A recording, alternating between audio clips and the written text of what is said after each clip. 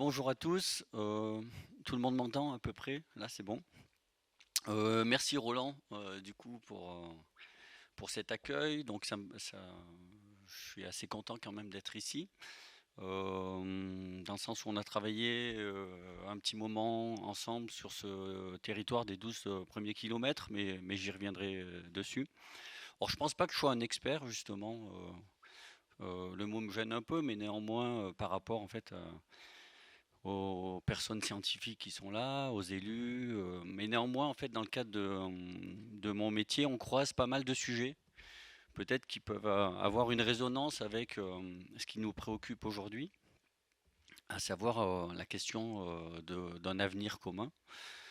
Du coup, je trouvais intéressant, en partant du travail qu'on avait effectué, peut-être essayer de trouver une lecture un peu biaise, de vous montrer euh, une partie du territoire que vous connaissez et puis d'essayer de le mettre en perspective par rapport aux questions qui nous sont posées aujourd'hui. Donc j'ai intitulé ça, excusez-moi, un littoral en commun et je vais essayer de vous montrer pourquoi. Donc, c'est vrai que je voulais d'abord parler du préalable. Donc, on avait été missionné par Epidor sur une étude qui est en cours de finition, qui s'appelle Étude relative à la mise en place d'une itinérance douce et à la valorisation paysagère et touristique de la Dordogne au niveau de ses sources. Bon, il faut bien commencer par quelque chose. Donc, ça, c'était la question posée. Et dans cette question posée, il y avait un ensemble de thèmes qui lui étaient associés. Donc je vous les lis assez vite. C'était comment donner à voir et à connaître les sources de la Dor et de la Dogne sans porter atteinte à leur biodiversité. Donc bien sûr, on parle de la Dordogne, mais il y a tous les affluents qui vont avec. Donc la Dogne en fait partie. Et Dieu sait si elle est importante, en tout cas, sur l'arrivée de la station. Comment engager la transition paysagère et d'usage de la station du Mont d'Or face aux enjeux climatiques et sociétaux. Donc cette question de la station, et on le verra, ne pas opposer les questions de tourisme, économie et on va dire milieu naturel, ça me paraît, ça me paraît important. Comment établir des liaisons mode doux entre la ville du Mont d'Or et la station, mais on pourrait dire aussi la Bourboule et jusqu'au barrage. Donc la question de l'itinérance nous paraissait aussi essentielle dans les questions qui sont posées. Comment profiter de la présence de la rivière au cœur de la vallée pour offrir des îlots de fraîcheur face au dérèglement climatique? Or, c'est clair qu'en ville, on a l'habitude de parler de cette question d'îlots de fraîcheur, les cours Oasis, tous ces programmes en fait en cours, on commence à les connaître. Mais néanmoins, la ruralité, on peut se poser aussi ces questions d'îlots de fraîcheur. Et on voit bien que les dernières actualités font qu'il y a, et le tourisme, j'allais presque dire de masse, qui vient retrouver de la fraîcheur dans les montagnes est de plus en plus important. Comment donner à voir la Dordogne à l'intérieur du Mont d'Or et de la Bourboule par la création d'un territoire public? La notion du public aussi est importante, associée à la définition de territoire. Bien sûr, d'habitude, on a l'habitude de parler d'espace public, mais ça peut être intéressant de l'élargir à l'idée de territoire public. Donc ça pose la question des limites, et du coup, cette notion de littoral, si on repense la Dordogne comme un littoral continu, on peut se poser sa question du public. Comment offrir de nouveaux usages le long des rives? Quand on regarde cette carte, finalement, que tout le monde connaît, reconnaît, si on enlève les quelques mots blancs que j'ai mis par-dessus, donc station Mont d'Or, la Bourboule, finalement, elle a un caractère relativement abstrait. De fait que c'est une photo aérienne, décontextualisée, c'est un cadrage, et pourtant on reconnaît, eh ben, tout ce qui fait la caractéristique de ces paysages-là, la vallée de la Dordogne qui s'encaisse progressivement, les chaînes de montagnes, les plateaux surélevés, les boisements, voilà. Et pourtant, ce territoire, il a une réalité. Donc ces réalités, vous les connaissez par cœur aussi, mais néanmoins, c'est important de regarder comment cette réalité, elle est montrée, elle se fabrique. Alors c'est des images un peu clichés, mais c'est fait exprès. C'est pratiquement des images d'épinal de paysages avec la perspective, la question des milieux naturels, les sources. On connaît ces images aussi, pris de l'autre côté. Néanmoins, si on lit à travers cette image d'Épinal, et ben, on peut regarder aussi comment, au premier plan, le genêt, quelques éléments de végétal qui sont issus d'un remblai à proximité de la route montrent que ce paysage, entre parenthèses dit naturel, est transformé depuis longtemps.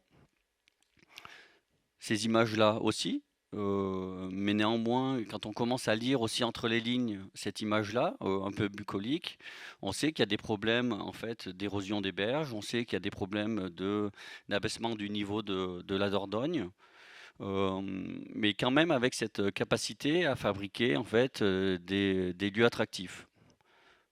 Image d'Épinal aussi, la qualité des villes traversées Mont-d'Or-Bourboule, avec les éléments culturels, que ce soit en fait des questions de franchissement qui à la fois réunissent une rive à l'autre, mais aussi séparent des fois, à certains moments en fait, deux morceaux de ville. La question du thermalisme, bien sûr, qui va avec, et donc qui fabrique toutes ces qualités qu'on connaît. Heu, mais il y a ces images-là aussi, qui traînent, d'une certaine façon et qui posent, là et les questions du devenir, de la mobilité, des mobilités, par rapport à ce que certaines personnes, ont connu sûrement de l'attractivité et de l'activité, sur cette gare. Hem, Cet état de fait, voilà, questionne en tout cas l'avenir de ce territoire-là. Cet état de fait requestionne aussi l'avenir de ce territoire-là, c'est-à-dire la proximité sur d'espaces dits naturels. On voit là un bel espace de renouer aussi au premier plan. Donc on parlait de la valeur écologique en fait de ces milieux. Donc ça veut dire que tout ça, c'est un territoire contrasté. Et ce territoire contrasté, alors j'ai repris le livre de Bruno Latour, qui est décédé dernièrement, qu'il avait édité en 2017, Où atterrir, comment s'orienter. Donc ça me paraît important, en tout cas dans le champ politique et social des questions qui nous sont posées actuellement, de se demander comment on atterrit sur un territoire, en tout cas nous, maître d'œuvre, quand on a une étude à réaliser, comment s'orienter, c'est-à-dire par où on commence. Et Bruno Latour, c'était intéressant parce que justement, il a abattu un peu les cartes en fait presque des caricatures, c'est-à-dire que oui, le réchauffement climatique, c'est une donnée, c'est plus une question. Oui, la question du local et du global, on ne la pose plus en opposition, mais comme une idée plutôt complémentaire, c'est-à-dire que la question en elle-même ne mérite même plus d'être posée. Troisième point, il pose la question de la controverse, pas d'opposition politique, mais de controverse, et c'est ça qui fait vraiment la différence. C'est-à-dire qu'il pose la question de, sur chaque sujet, on est capable, société civile, politique et porteurs de projets, d'émettre des hypothèses, des questions et des avis contraires. Ça veut dire savoir s'écouter avant de proposer des choses. Et ça me paraissait important de remettre en fait ce sujet-là aujourd'hui dans le cadre en fait de réflexion commune sur l'avenir d'un territoire. Autre élément, ça c'est une œuvre de Deliafur Oliasson en 2014, en fait, qui réinstalle un faux paysage à l'intérieur d'un musée au Danemark, le musée Louisiana, pour ceux qui connaissent, où il reconstitue en fait un faux paysage qui est stérile. Donc on voit ces personnes un peu perdues dans un paysage, qui commencent à chercher en fait à la fois des dispositifs de sortie par rapport au musée, et il réintroduit la notion d'eau. Donc dans ce paysage reconstruit, je trouve intéressant de le mettre en parallèle de celui-là, par exemple. Alors je reviens avant.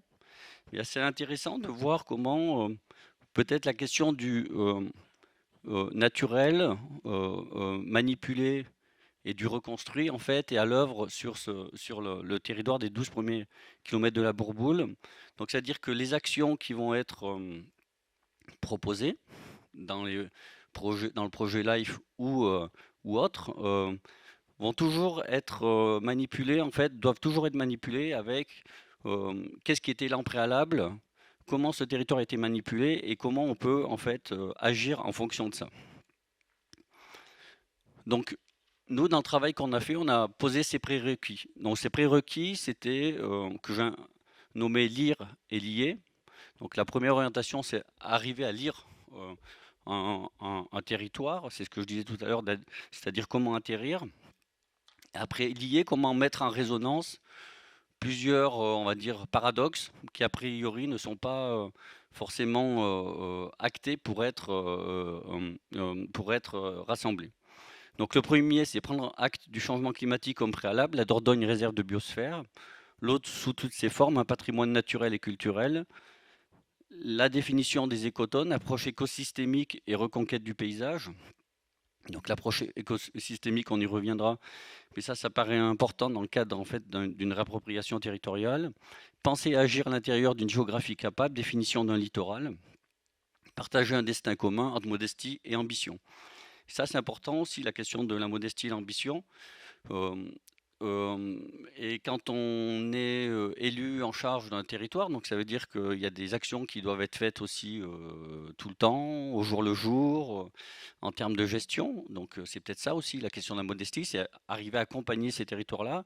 Et l'ambition, comment le projet LIFE, il va arriver aussi à donner et mettre en perspective ce destin commun. Implication et imbrication des acteurs. Or, ça paraît peut-être une évidence, mais néanmoins, on s'aperçoit que ces sujets-là, en fait, mettent autour de la table une multiplicité d'acteurs en fonction de différents thèmes. Or, tout à l'heure, j'ai trouvé intéressant que vous remettiez au centre, en tout cas, du débat la société civile, par rapport, voilà, sans prendre parti, mais on voit bien ce qui grince aussi actuellement hein, dans notre actualité politique. Donc les fameux gens, souvent, qu'on n'arrive pas à nommer, alors on va dire les gens exprès, je fais exprès de dire vulgairement les gens, c'est-à-dire nous tous. Comment on peut être plus acteur aussi de nos territoires, ça me paraît essentiel. Arriver à faire remonter les choses, arriver à les croiser, arriver aussi à s'immerger dans les décisions politiques. Donc faire projet sur ce territoire des sources, c'est aussi partager en fait ce destin commun entre tous. Ce qui est assez drôle, c'est que dès qu'on tourne la carte, en fait, on s'aperçoit que cette notion du littoral, elle paraît évidente. Parce que là, on est tourné, l'ouest devient le nord, mais néanmoins, c'est important dans le sens des représentations graphiques. En tout cas, nous, on travaille beaucoup aussi comme ça. Quand on réinterprète et qu'on refabrique des documents autrement, ça permet en tout cas de changer le regard qu'on a sur les choses. Donc je trouvais intéressant de remontrer cette carte-là pour voir comment finalement la goutte d'eau bien sûr qui tombe, alors c'est métaphorique, hein, mais la goutte d'eau qui tombe comme ça au Mont d'Or et la Bourboule, forcément à Libourne, elle commence à exister d'une certaine façon. Autre point, regardez le territoire dans toute sa complexité. Là, c'est une coupe qui dit aussi en long depuis le haut du Sancy, mais jusqu'au barrage, que tout ça est imbriqué, suivant un dispositif un peu écosystémique, c'est-à-dire entre ce qui est au-dessus du sol et ce qui est en dessous. Et finalement, la fine couche sur laquelle on marche, où sont posées les infrastructures, l'architecture, finalement est très mince, tout ça c'est très mince. Et par contre, comprendre ces mécanismes du dessus, du dessous, comprendre comment en fait tout ça est disposé dans un système qui est à la fois naturel et qui est transformé par l'homme, nous a permis en tout cas de réfléchir à cette question de littoral. Et on voit bien cette coupe, elle montre en fait qu'il faut travailler dans l'épaisseur, pas uniquement autour de l'eau et de la vallée de la Dordogne, mais aussi dans toute son épaisseur. Autre point important là dans cette étude, et on avait démarré un peu par ça, c'est-à-dire que ce territoire a été indissociable d'une double orientation qui a été économique et touristique.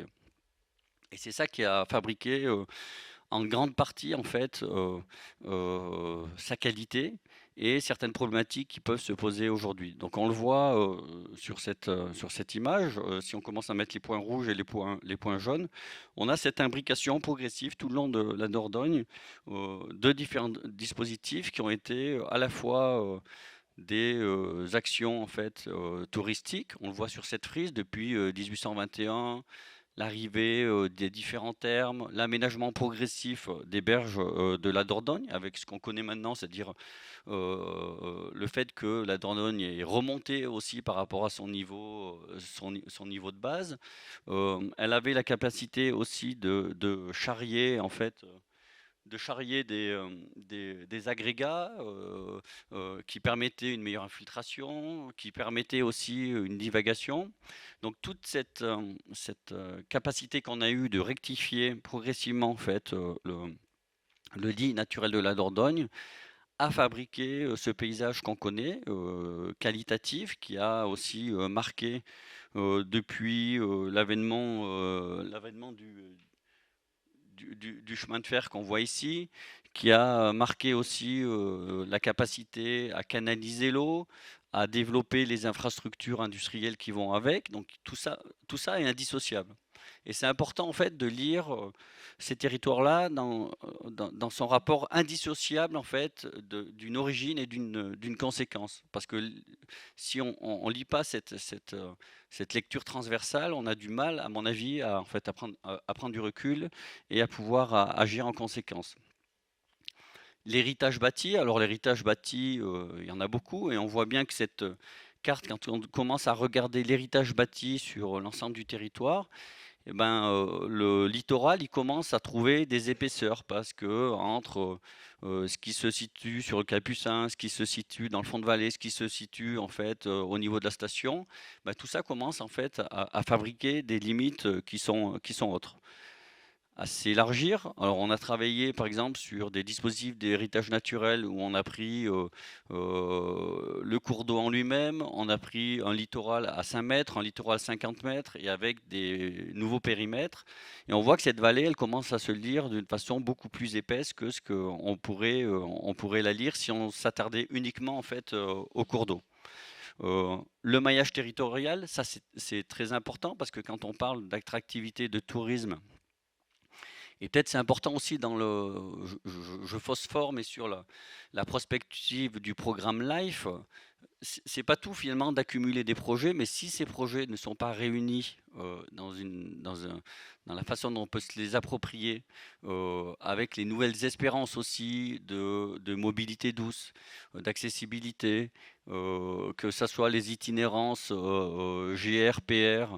Alors je sais que Monsieur le maire de la Bourboule est aussi attentif à la question des itinéraires équestres. Tout ça, ça fabrique aussi une identité, une identité. On avait questionné, on reviendra aussi, la question de l'hydrogène, la question du stockage des voitures, en tout cas sur la station ou plus. D'ailleurs. Donc l'itinérance peut être aussi des moyens ou l'accessibilité au site, en fait, vraiment de re-questionner ces territoires-là. Et le périmètre de ce nouveau littoral, du coup, qui se fabrique à travers différents thèmes, donc architecture et patrimoine, espace public, maillage territorial et accessibilité, économie et développement touristique, hydraulique et renaturation. Donc ça veut dire que cette étude, elle a essayé, elle a tenté de croiser tout ça pour arriver progressivement en fait à émettre des hypothèses et des pistes de projet. On voit là les 7 secteurs d'études qui ont été définis depuis les sources jusqu'au barrage de la Bourboule, avec ces petites coupes représentatives justement qui montrent bien en fait l'amplitude transversale que peut prendre ces espaces. Après, je vais pas les développer en fait. Il ne s'agit pas ici d'amener des réponses toutes faites, mais juste vous immerger un peu dans les dispositifs sur lesquels on a réfléchi. Avec le secteur 1 qui est les sources, qui sont les sources de la Dordogne, avec le travail qui a déjà été réalisé il y a quelques années au niveau des sources, au niveau de la tourbière, au niveau de sa capacité en fait aussi à arriver à montrer ces espaces dits naturels, ces écosystèmes et à la fois les préserver par rapport à la surfréquentation. On sait tous les problématiques en fait que pose actuellement la fréquentation quand elle continue à exister en fait au niveau des pistes de ski, hein, et ça c'est valable au niveau de toutes les stations. Alors là, on vient avec l'école d'architecture de travailler pendant 6 mois à Bourg-Saint-Maurice. C'est exactement les mêmes problématiques qui se posent que en haute station, que sur les moyennes stations. Et puis le questionnement, quand on arrive entre la Dore et la Dogne sur, justement, dès en amont, en fait, arriver déjà à travailler sur une amélioration. Il y a une étude qui a été lancée avec, un GTEC qui a rendu ses conclusions, qui bossait avec nous, et ils ont eu une étude, complémentaire par Epidor qui montre, en fait, quand même l'urgence à travailler sur, la Dogne et sur la Dore en amont, justement, du stationnement et du parking. Tout le monde connaît, ces dispositifs qui sont à l'œuvre. Donc, ça fait partie voilà, des questions qui étaient posées. Je passe assez vite. La station qui est un vrai sujet. Je vous disais tout à l'heure jusqu'à quel point en fait on accompagne ou on re-questionne en fait son statut et sa transformation. On connaît les problématiques qui se posent, je vous disais, au niveau au niveau du stationnement bus actuel qui très souvent il faut reprendre à sortie de chaque hiver puisqu'il y a des changements de granulats et puis il y a même les surfaces en fait qui partent en même temps à chaque inondation. Donc toutes ces questions-là, en fait, elles sont imposées. On a posé aussi la question des architectures qui restent, comme l'ancien téléphérique, qui pour l'instant eh ben, n'a plus aucune utilité. Donc comment le déconstruire, à quelle échelle de temps, etc. Et comment aussi finalement on arrive à travailler sur peut-être un dispositif d'accueil touristique 4 saisons, qui n'est pas forcément tout à fait actuel maintenant, mais en tout cas qui est dans l'étude, dans le repensé de la station, et avec je veux dire, en filigrane, est-ce qu'on est prêt à se dire en fait, eh ben, peut-être qu'il n'y a plus de voitures au niveau de la station? Si oui, jusqu'où elles sont reportées? Sinon, qu'est-ce qu'on est prêt à accepter et jusqu'où dans cette question en fait de l'accompagnement du changement climatique? Le secteur 3, les villages des Longes, c'est quand on descend, qui fabrique aussi une porte d'entrée de la station de ski, en fait, qui est déportée par rapport au Mont d'Or, où là on s'encaisse progressivement en fait dans la vallée, avec des vraies qualités et puis des continuités d'itinérance douce qui peuvent se creuser, surtout en rive gauche, et qui peuvent être importantes sur le maillage station de Mont d'Or. Je passe assez vite. La traversée du Mont d'Or, là aussi avec toutes les questions qui sont posées, on va dire à partir aussi bien à partir de la zone d'activité qui pose en fait question sur comment elle arrive à fabriquer cette unité urbaine située au sud. La traversée du Mont d'Or en lui-même, en elle-même, et ben avec les projets qualitatifs qui sont à l'œuvre, entre autres sur le parc thermal, qui vont fabriquer cette image-là. Des questions ont été posées sur relier les deux rives à l'initiative du concours, qui sont des idées plutôt intéressantes et qui vont permettre aussi de remettre la Dordogne au centre du dispositif. On connaît plus au sud aussi les problématiques qui sont posées. J'ai montré les photos tout à l'heure, entre autres sur eh ben, la casse automobile, l'avenir de la gare, des problèmes d'érosion et tout le patrimoine en fait qui pourrait aller autour et renforcer en tout cas l'image touristique qui pourrait y avoir. Secteur 5 qui est important. Le secteur 5 est important, je ne vais pas m'appesantir trop, mais en fait, c'est peut-être ce secteur entre le Mont d'Or et la Bourboule, qu'on avait intitulé le Sentier des Sources, qui a la capacité de réunir aussi ces deux villes comme en fait un lieu, presque un lieu de rendez-vous en fait, où on s'aperçoit que ce secteur des Sources, si on prend la taillerie du Sancy, Source Croisaz, Source Félix, Moulin de la Campissade, etc. En fait, c'est un des lieux de rassemblement de ce que je vous disais tout à l'heure, de toute l'histoire qui a eu lieu en fait sur cette Dordogne, à la fois tourisme et à la fois industrielle. c'est pour ça que pour l'instant, la Dordogne, elle a souvent été perçue comme, d'une certaine façon, comme un arrière, comme une utilité publique, voilà. Et cette utilité publique, qui a engendré de vraies qualités, a aussi, dans la conscience collective, toujours été vue comme, l'arrière territorial du dispositif. Donc cette notion de littoral, c'est aussi replacer la Dordogne, en tout cas au centre de la pensée, commune. Avec de très belles images, hein, voilà, les anciennes sources de captation, les sentiers qui vont avec.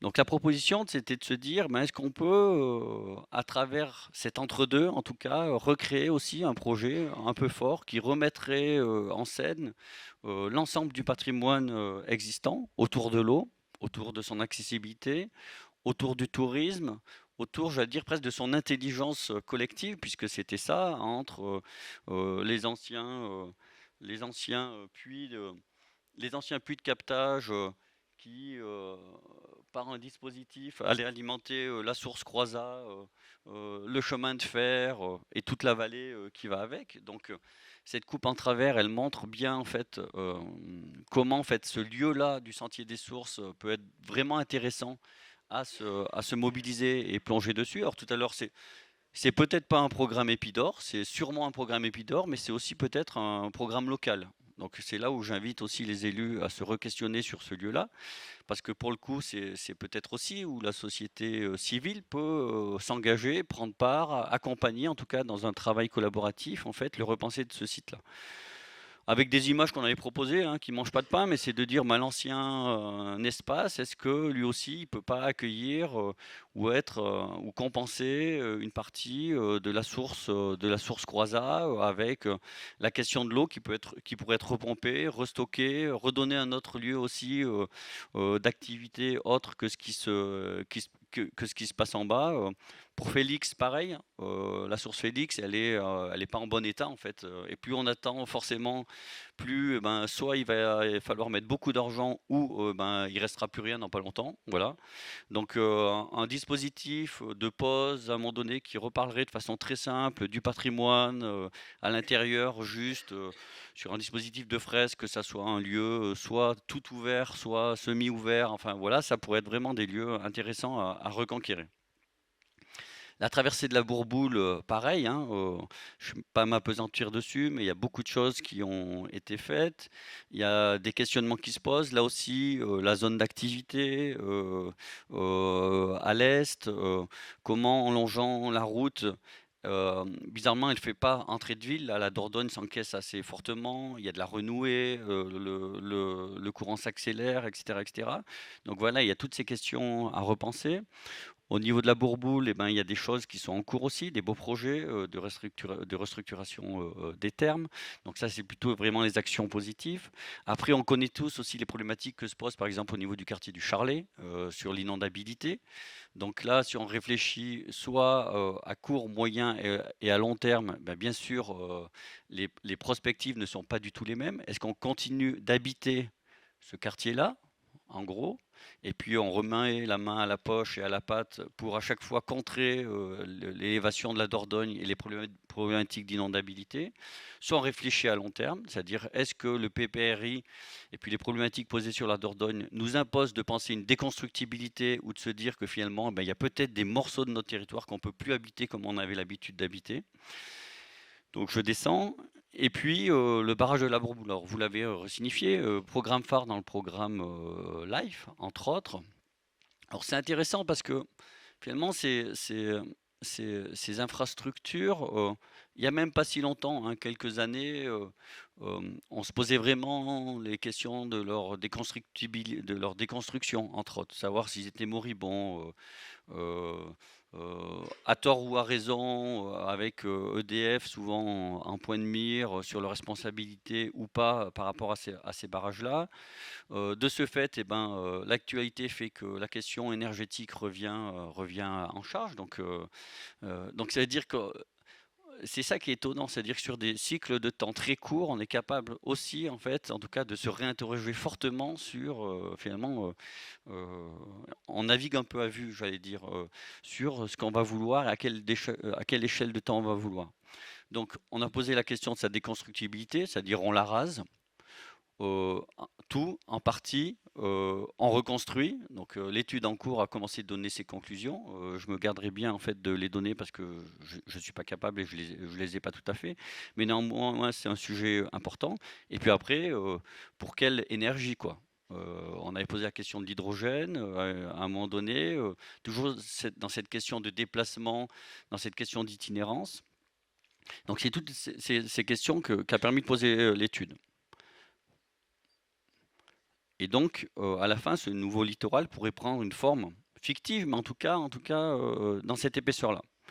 Et pour finir, et j'espère pas être trop long, mais je voulais vous montrer ce sujet-là que je trouve vraiment intéressant. Peut-être certains connaissent, c'est Atakayama Shigeatsu, c'est un japonais, qui a écrit un livre, La forêt amante de la mer. Et ce gars-là, qui est assez vieux, maintenant il doit avoir 80 ans. En fait, il est ostréiculteur de père en fils depuis longtemps, dans une baie au Japon. Et il s'est rendu compte que ces huîtres, elles avaient un problème finalement. Progressivement, le plancton dont se nourrissaient les huîtres, tous les oligo-éléments, etc., disparaissaient à vue d'œil. Donc il y avait une première pollution qui avait été faite. Et il s'est dit, il faut que j'aille voir ailleurs comment ça se passe. Donc il est venu, entre autres, en Normandie, il a regardé beaucoup de choses, il se sont rendu compte avec des analyses croisées que, par exemple, la moitié de ce que mangeaient les huîtres était issu des forêts qui étaient plantées sur les bassins versants au-dessus de la Normandie, en fait, et qui arrivaient dans l'eau, dans la mer. Alors ça, c'est hyper intéressant parce que ça veut dire que quand on parle de la goutte d'eau qui tombe ici et qui a une influence jusqu'au bec d'Ambèze, en fait, c'est que ce que mangeaient les huîtres, pour moitié, en fait, elles étaient issues de la forêt et pas de la mer. Donc plancton, phytoplancton, oligo-éléments, poissons, etc., etc. Donc il s'est dit, eh ben, en fait, peut-être ça serait intéressant de replanter la forêt 800 mètres au-dessus, voilà, de la baie. Donc il a commencé ça en 1991. Ils ont planté 30 000 arbres. Et en quelques 30 ans, en fait, on est revenu à un équilibre en fait de la moitié de ce que vont ingérer les huîtres en fait sont issus de la forêt, puisque la forêt a cette capacité en fait d'être une éponge, de maintenir les sols en fait. On le voit là sur cette image là, de maintenir les sols en haut et puis de progressivement en fait restituer à la mer en fait différents éléments. Euh, Ils ont subi à cet endroit-là le tsunami aussi. Et en subissant le tsunami, en fait, il n'y a pas eu de pertes ou très peu de pertes ou pendant quelques années des pertes par rapport à ce que les bassins ostréicoles en fait avaient l'habitude de manger. Donc ça aussi c'est intéressant dans la capacité de résilience. C'est un peu ça qu'on pose aussi aujourd'hui, c'est notre capacité de résilience par rapport à des choses voilà, qu'il faut peut-être actualiser. Trois points sont importants, moi, que j'aimerais pas vous soumettre, mais en me disant si on avait ce travail à faire, et puis dans pas la refonte, mais la reproposition du programme LIFE, c'est la question de la transdisciplinarité. C'est-à-dire on voit aujourd'hui qu'on n'est pas seul, c'est-à-dire qu'on ne peut pas réfléchir seul. Là, par exemple, là, cet homme-là, il a fait intervenir beaucoup les classes, les enfants, il y a une fondation, etc., etc. Donc ça veut dire que c'est la question du commun qui est important dans cette transdisciplinarité. Le deuxième chose, c'est l'effort de synthèse. Ça, c'est compliqué parce qu'en fait, sur les projets complexes et transdisciplinaires, c'est compliqué de faire des synthèses. Donc ça, je pense que c'est un mot important aujourd'hui, fabriquer des synthèses, parce qu'à partir de la synthèse, c'est peut-être là où on peut commencer à fabriquer des actions et la mise en pratique. Et la mise en pratique, autre point, finalement, agir sur le territoire, cette notion de territoire, elle est très très vague hein, pour tous. Je pense pour les actions politiques, pour les politiques. Une fois qu'on a dit territoire, en fait, on ne sait pas trop quoi, ce qu'on y met dedans, comment on agit, comment on le met en pratique. Donc, la mise en pratique, c'est à la fois ce que je disais tout à l'heure, des actions courtes. Certaines peuvent se faire très rapidement. Certaines peuvent se faire sans argent aussi, c'est-à-dire ça peut se faire aussi à travers la société civile, c'est-à-dire des actions concrètes, associatives, et ça peut se faire sur des projets importants. Et je pense qu'en fait, il faut les deux. C'est-à-dire que le programme LIFE ne doit pas se substituer aux actions concrètes de terrain et les actions concrètes de terrain ne doivent pas se substituer en fait à des mises en perspective à long terme. Donc c'est un peu ma conclusion, c'est à partir de ces 3 mots peut-être qu'il serait intéressant en tout cas de débattre et de vous écouter. J'espère que je n'ai pas été trop long. Merci à vous.